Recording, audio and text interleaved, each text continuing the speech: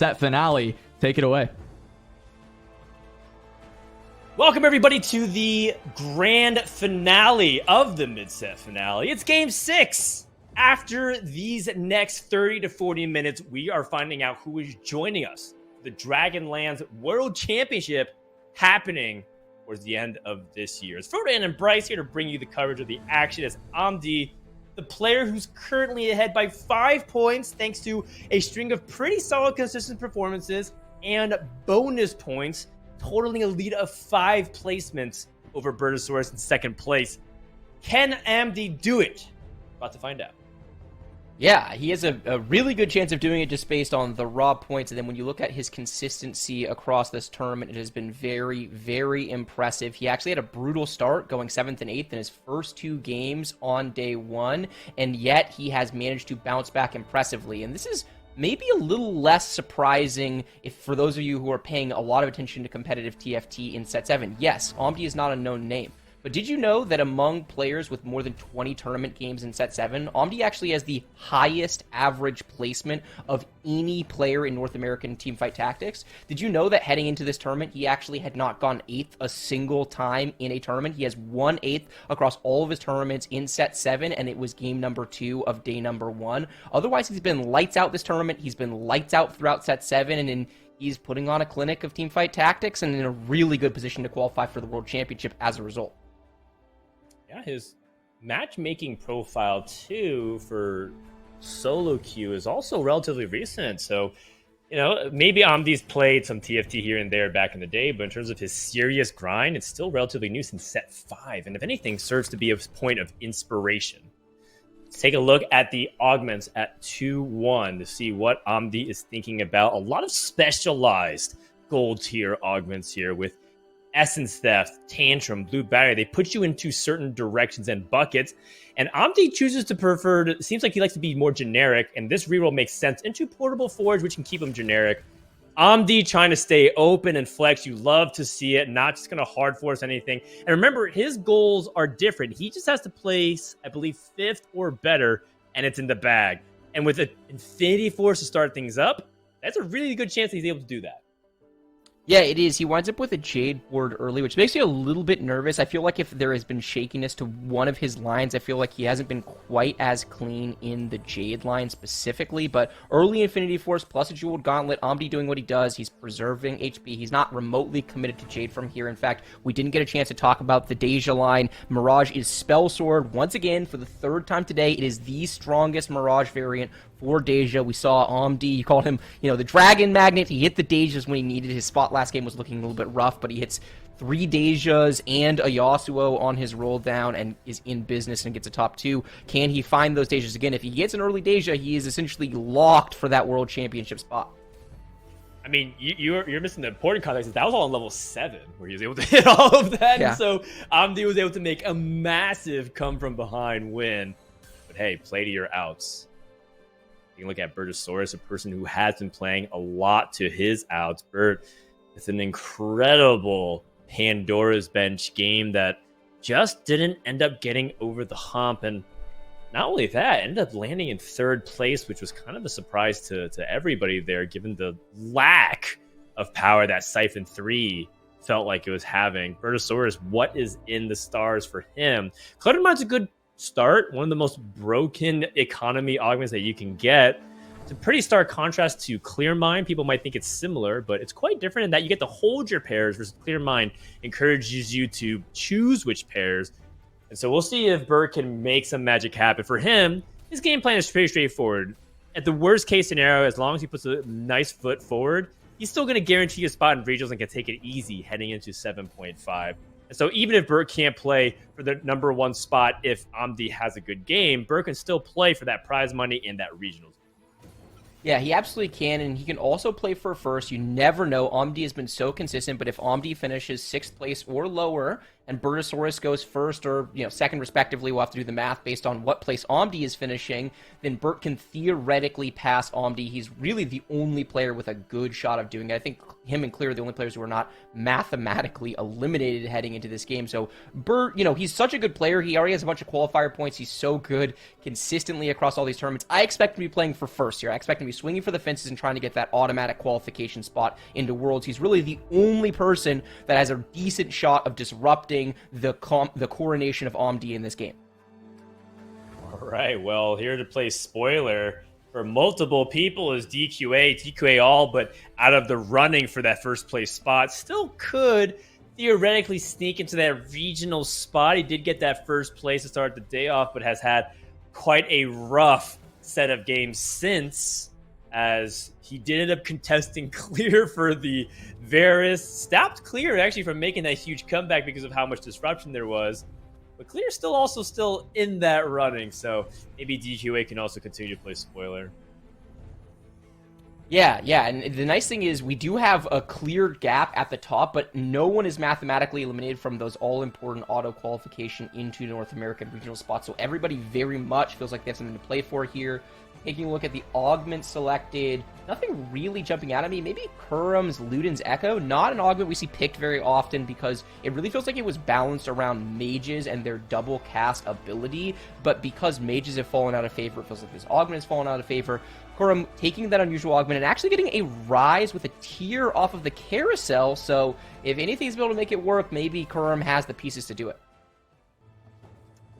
We'll check in with him in a little bit. Meanwhile, hopping on board the Robin Songs, who's in 4th place. Honestly, Robin just being top 4 and just being so consistent in his tournament just should be commendable in itself. Robin has also made deep runs in previous mid-sets where he went, I believe, 2nd in the Reckoning mid-set. This guy is just constantly, and of course he went to win on regionals in most dominant fashion. He's had an incredible series of tournament results, and even if he's not able to go for first today, very much wants that regional spot on the line. And but in Robin's words, he says, even if I get to regions, I'm still going to compete in Dragon Cup and everything because I just love competing in TFT.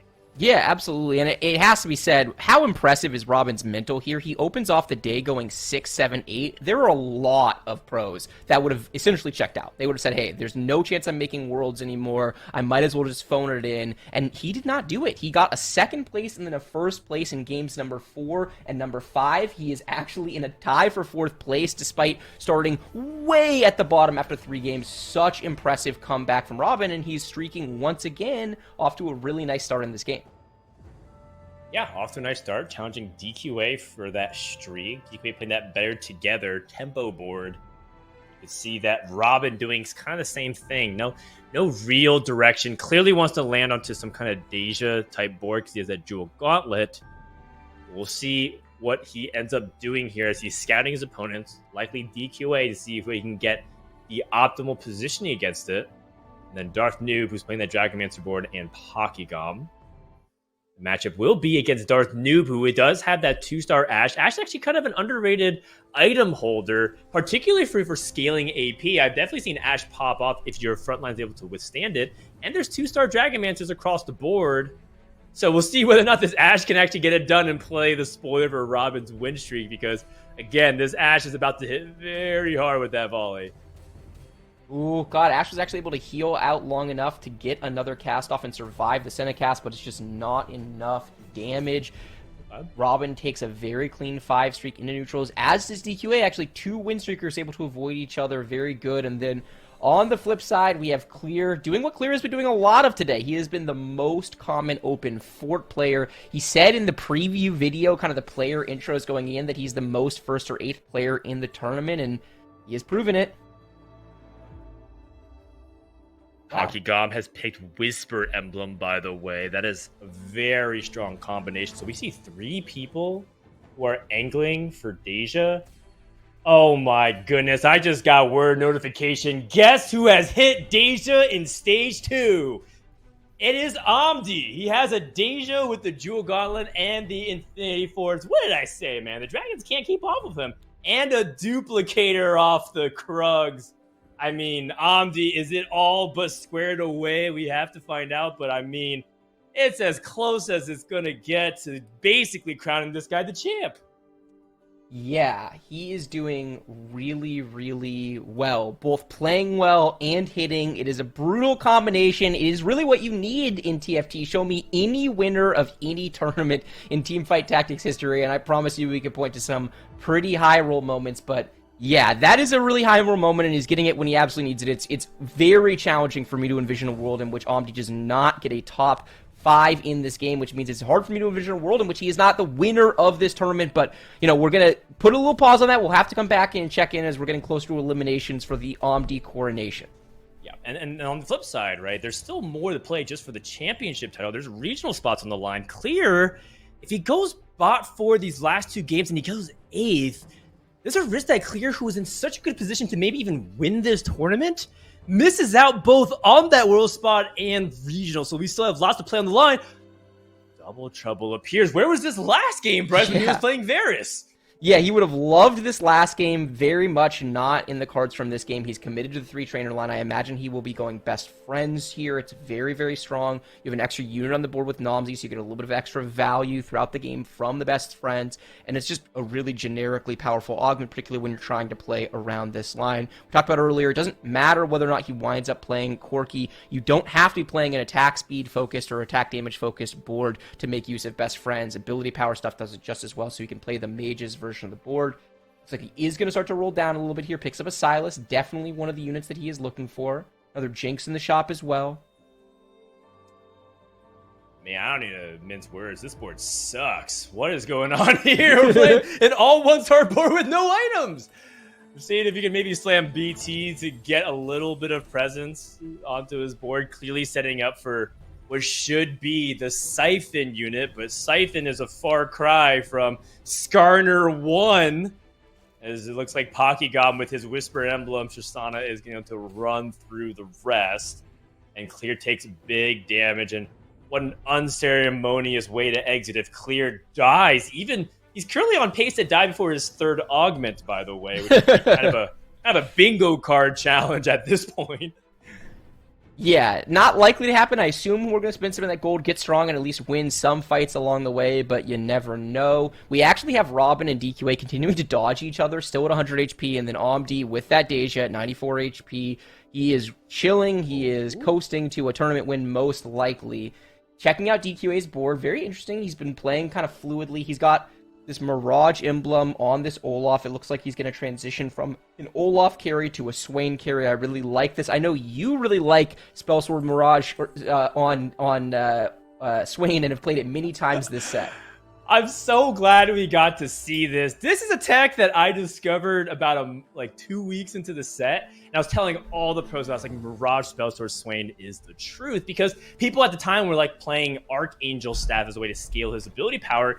And Spellsword does that so quickly with the attack speed. It's the same concept as Deja, as you do see. Speaking of Deja, Amde does have that Deja in place and has been basically streaking since.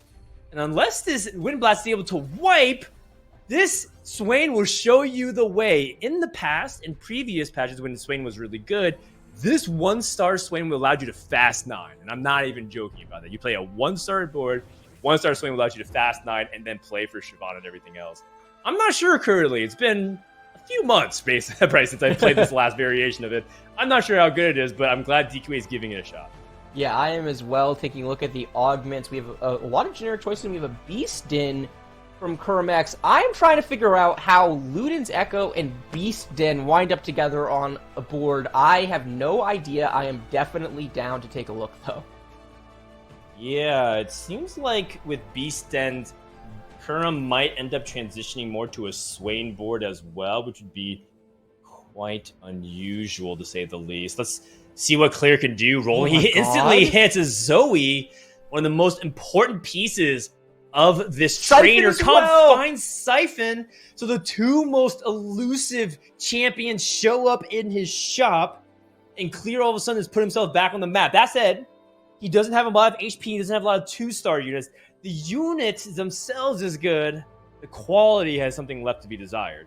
Yeah, this is the board he was looking for. The mage variation of Siphon and Trainer is considered the stronger one than Corki right now. He hits the Siphon, he hits the Zoe, which is such an unbelievable spike. He just provides so much utility on these boards. By far the best mage unit. I'm surprised. Yeah, okay, he's going to slam the Edge of Night, exactly. That's where I thought that was going to go. This is a really good version of 3-item Siphon. Siphon actually used to be bugged with Edge of Night, but now that it works again, it is in a really good spot. And DQA, very unfortunate time to be going up against Clear. Clear was basically a free win for the entirety of this game, and then, of course, DQA hits him right in that moment.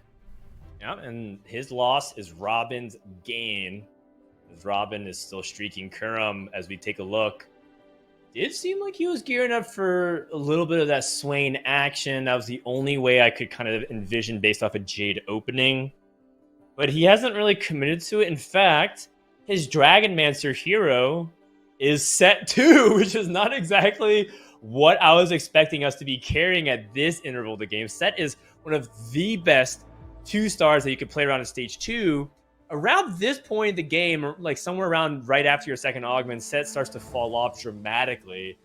You can see that's resulted in Kurumx having an uneven stage 3. Going against Pocky Gom, who does have that Whisper emblem. No Deja has magically appeared in his shop, so it seems like Pocky has had also quite a middling stage 3, winning a couple, losing most of his fights. Not that bad of a loss, though. Just only 3 units. We'll see whether or not Pocky Gom can find that Deja, but at the same time, Deja's a very wanted dragon. Everybody feels like they're trying to angle in some capacity for it. Yeah, absolutely they are. This spot could be good. We saw, obviously, Clear natural at Deja, playing around the Whisper line earlier and just making it work, but Deja is contested. It's not an easy unit to find. You could easily roll to 0 here and not hit it, so you need to have a backup plan. Meanwhile, Kurumx would be interesting to kind of check back in on that board in a little bit because he is right on that bubble with 23 points with some unusual augment selections. If anyone's capable of duct taping a board together and getting top 4, it is Kurumx. He is such a good top 4 oriented player. Pocky Gom's items are not really what you want here. He would love to have a bow-based item for a theoretical Deja. I guess the static Shiv would be pretty good if he can get 1 bow off of the carousel, but first things first, we have to find that Deja. There it is! Oh! Here we go. And this 1-star Deja with Whispers should be good enough to hard stabilize Pocky Gom. And remember, Pocky, he's 3 points back from Kurumx and Robin in 6th place. He needs to have a decisive top finish. And top 4 might not even be good enough relative to where Amde, Clear, Robin, Kurumx, and Bert, who are all ahead of him. Kurumx has Shiyu too. This lobby is heating up. Yeah, it is heating up, and remember that Clear's coasting to a first wasn't just off of having the Whisper Deja. It was also that he had an RFC on that Deja, which was really, really good at ramping up the Whisper stacks. He also hit a Dragon-based augment, which means that he could play the the Siphon as well to get to 6 Whispers. So it's not a cakewalk from Pocky for here. I don't want people to think that just because he has Whisper Deja, he's guaranteed to go top 1, though he is in an excellent, excellent position. Oh man, Clear going 8th would also open things up dramatically for that top 4.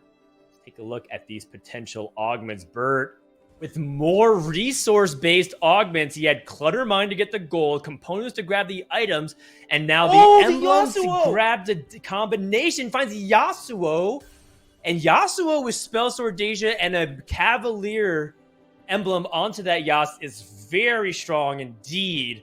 And Bert has everything in place to potentially make a charge. But again, I look around this lobby and I see everybody has Deja. Amde, Pocky, Robin was angling for it. Bert, I mean, at this point, who doesn't have a Deja? Yeah, and I saw on the side, by the way, Amde hit Deja too, so it is wrapped. There is no chance, from my perspective, that Amde is not going to get... he has to get a top 5 from here. He says way too much HP, way too strong of a board on this Mirage variant with that Deja too.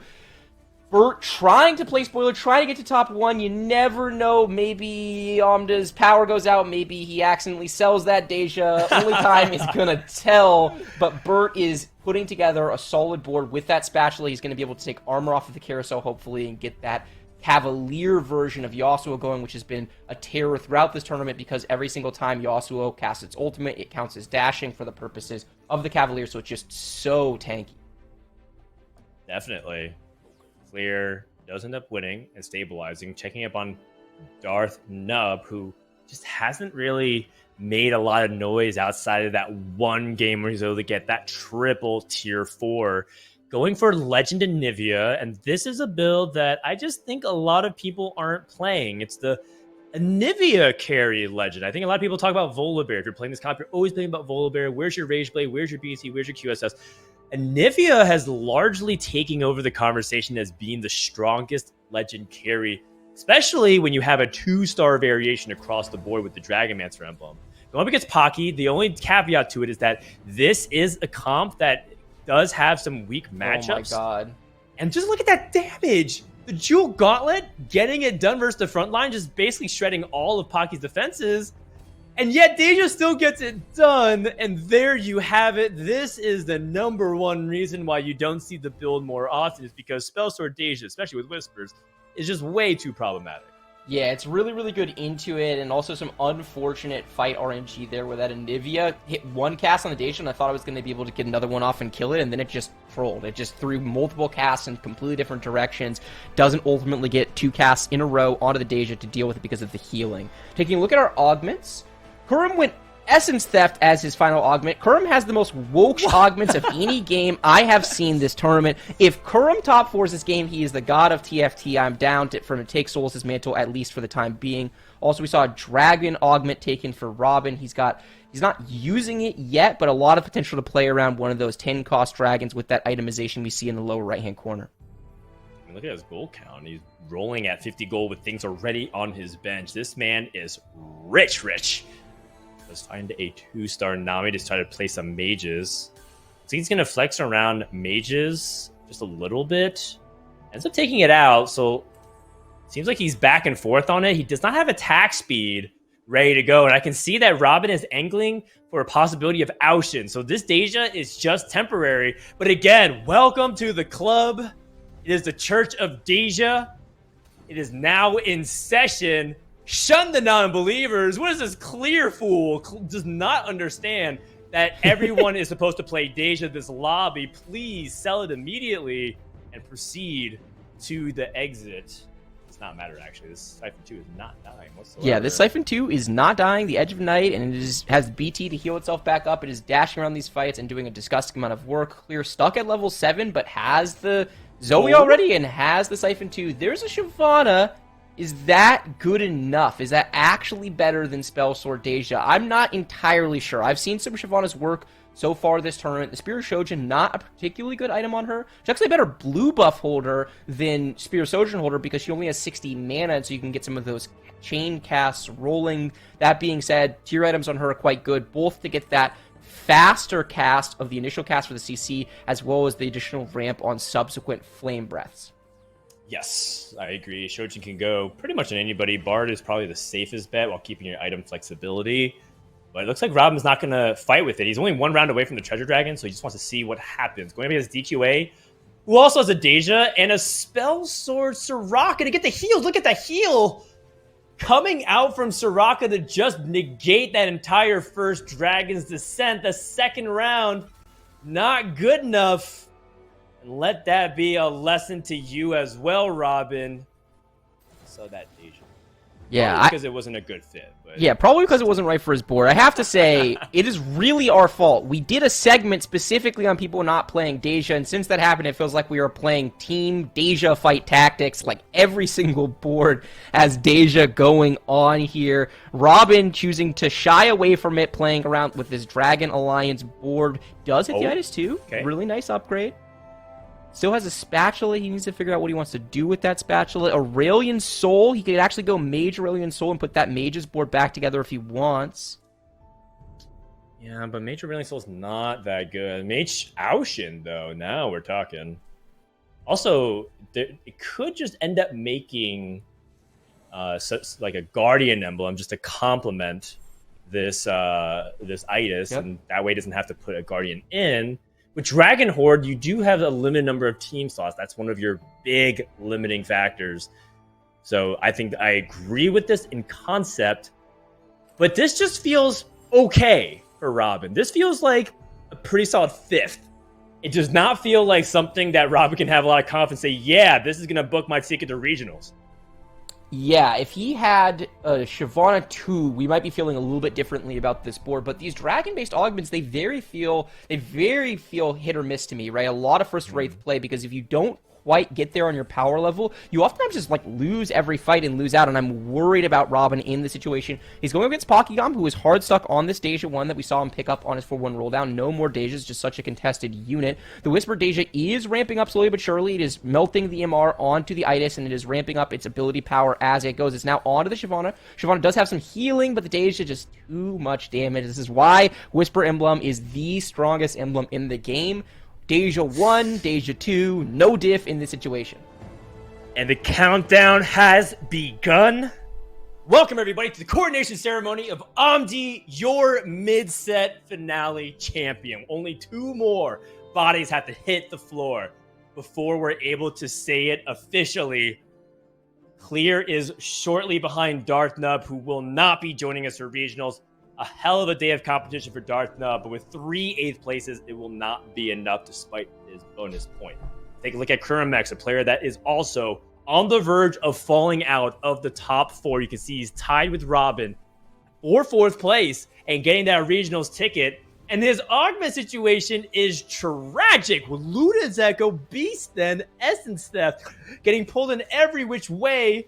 And fellow Team Liquid player Robin is using the Shyvana to just spray everywhere. And I just don't know if the damage is there from Kurumx to be able to swing this fight. Kurumx takes another heavy loss and is now in danger of going 7th. And if he goes 7th, I think that's it for Kurumx.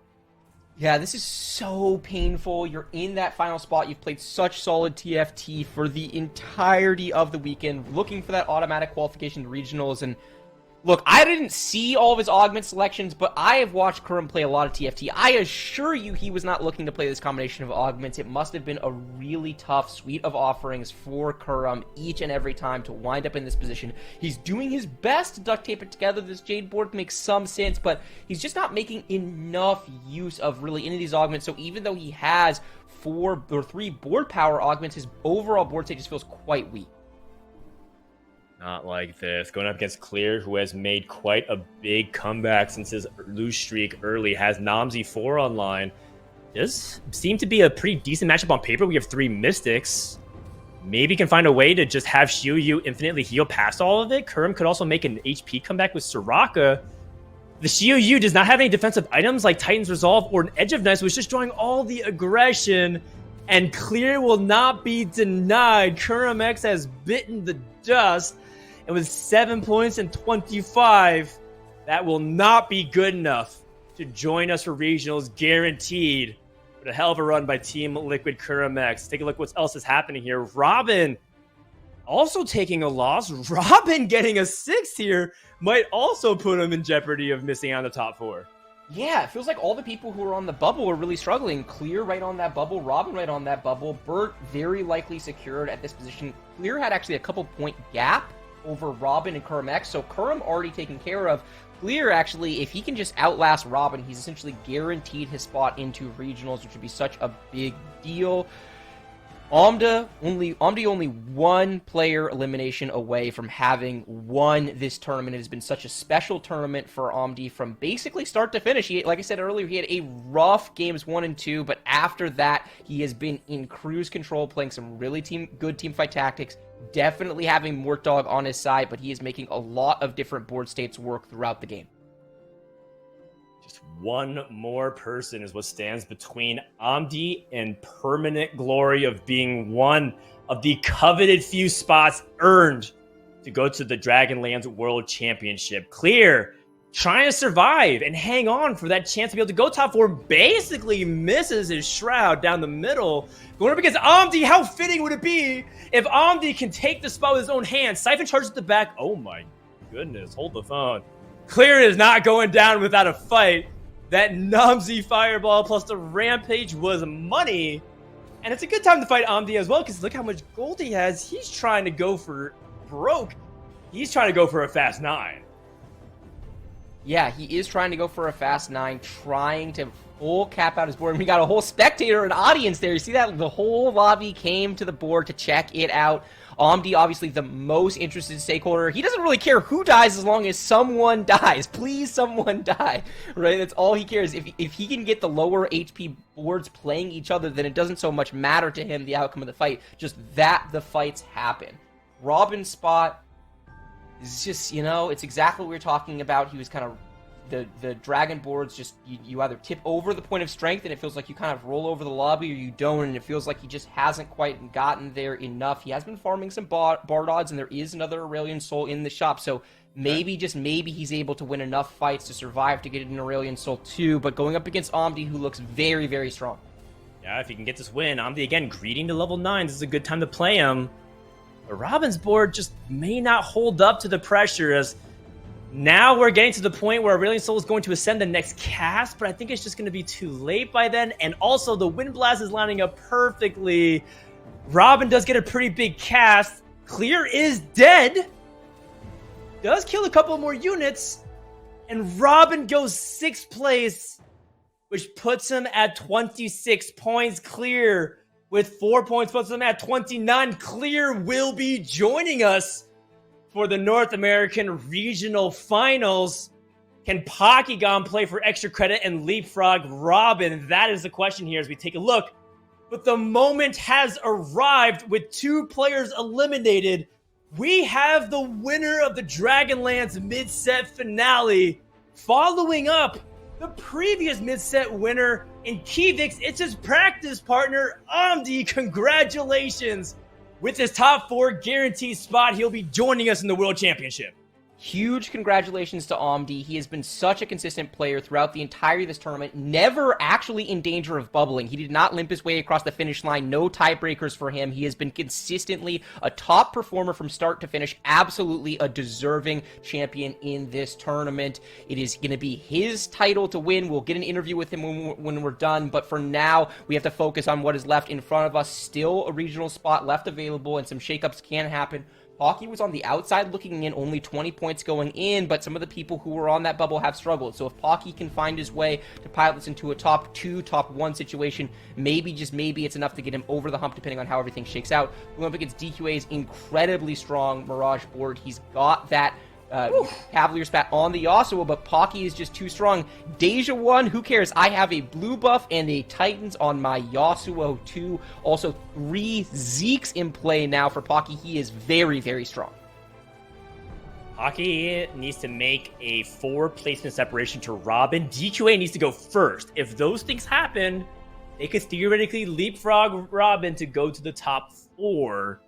So a couple of stories still left to play, even though we do have our champion, and a deserving one at that. Amde versus DQA for who can continue to push for that top 1. And honestly, I mean, this is a lobby just to demonstrate just the power of Deja, but more importantly, the power of Spell Sword. That's Soraka too. I would love to see the healing charts, because as she ramps up her attack speed, she's getting more ability power to make those heals basically heal all the damage dealt. Yeah, and this is why we had the segment earlier talking about the surprising nature of how little Deja was being played, particularly with all the Spell Sword lobbies happening in this tournament. It feels like the lobby has correctly adjusted. People scouted around and realized, wait a second, Deja's insanely powerful, especially on Spell Sword. If people aren't going to play around it, then we should. And in this situation, we have 4 of those people playing around it. All 4 of them wind up in the top 4. This is a ridiculous statement game from Deja. It's possible that Spell Sword Deja is a little good.